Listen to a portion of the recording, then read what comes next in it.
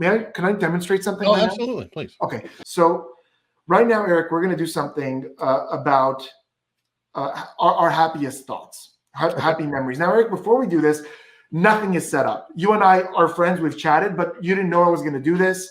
I didn't tell you at all anything to prepare. You have no clue what's about to happen, right? Mm-hmm. Okay, that's very important.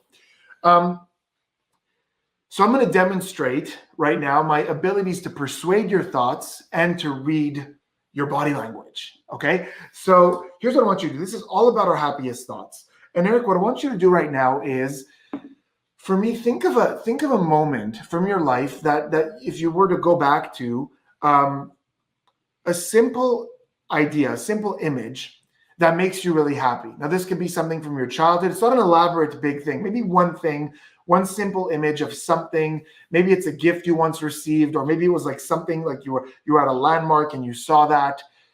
Just something that makes you really happy. Let me know when you have a thought like that in your mind. Okay. You do? Sure. You have something? Okay. Yeah. Now I'm going to ask you a couple of questions, but I don't want you to give me any answers here or any details. I just kind of want to sort of connect with this thought. This is from a while ago, like more than a decade ago. Yes. Yeah.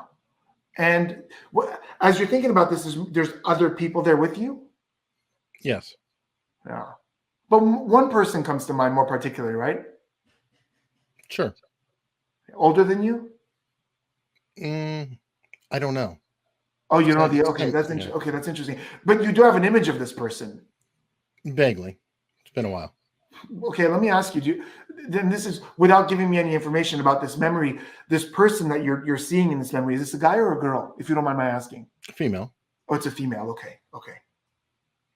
Yeah, I have a pretty good idea what this is. I'm going to grab a couple of things here. We'll get back to that. We'll get back to this.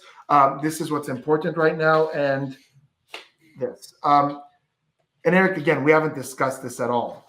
No. Okay, I'm going to go with this.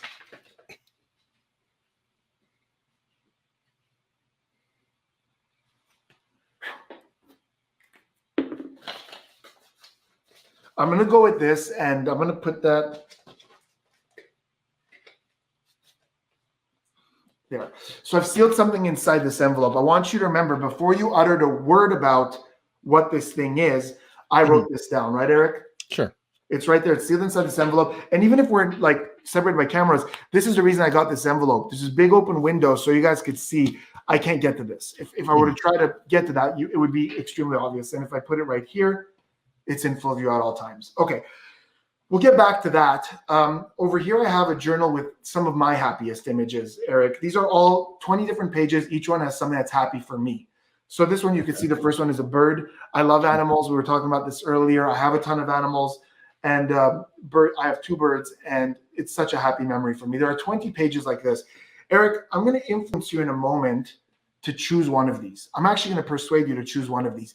But before we go to that, Eric, I want to ask you to tell us, because I'm committed to this, what was the memory that you thought of? What was it? Tell everyone right now. Beach at night, North Miami Beach. North Miami Beach. At night. At night. Is that what you said, at night? Yeah, very specifically. Looking into it. That's important. So you're thinking of North Miami Beach. Now, I don't know if you know this, but I guess you might know this. I have a condo in North Miami Beach in Sunny Isle, so very, very close to wherever you were in that memory. But that's completely coincidence. We didn't talk about my condo earlier or anything like that. Right. Okay. North Miami Beach at night, and we didn't discuss this. Okay. In a moment, you're going to choose one of mine. So we're going to start with the persuasion. I'm going to persuade you to choose this. That's what you're going to choose.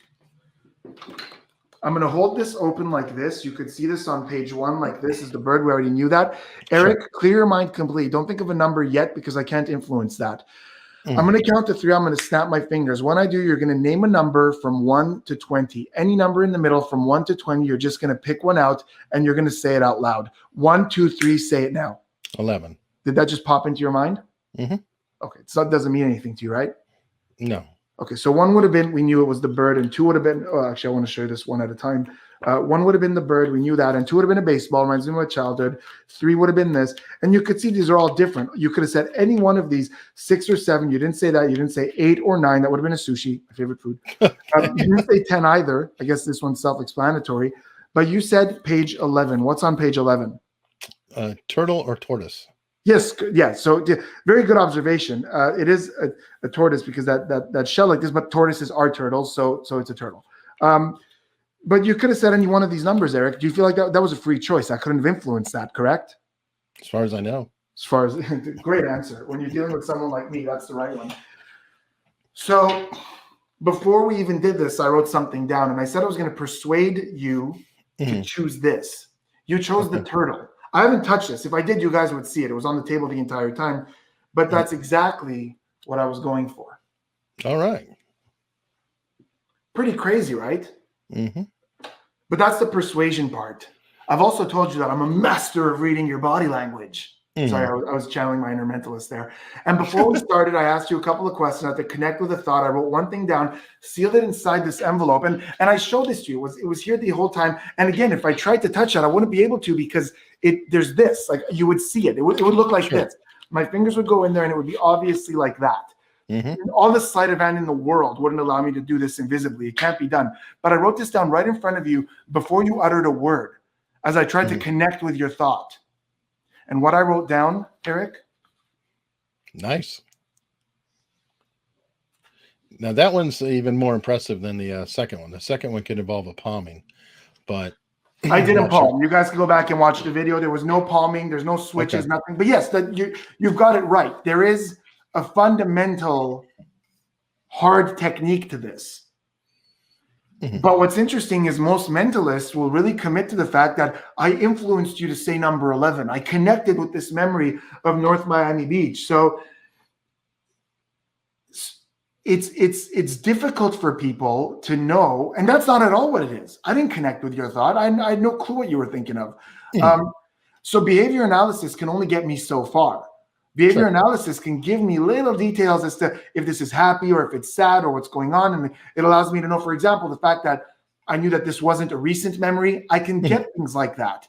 But to know the details of something like that, no behavior analysis course in the world will ever show you how to look at someone and know by their body language that they're thinking of North Miami Beach at night. It can't be done.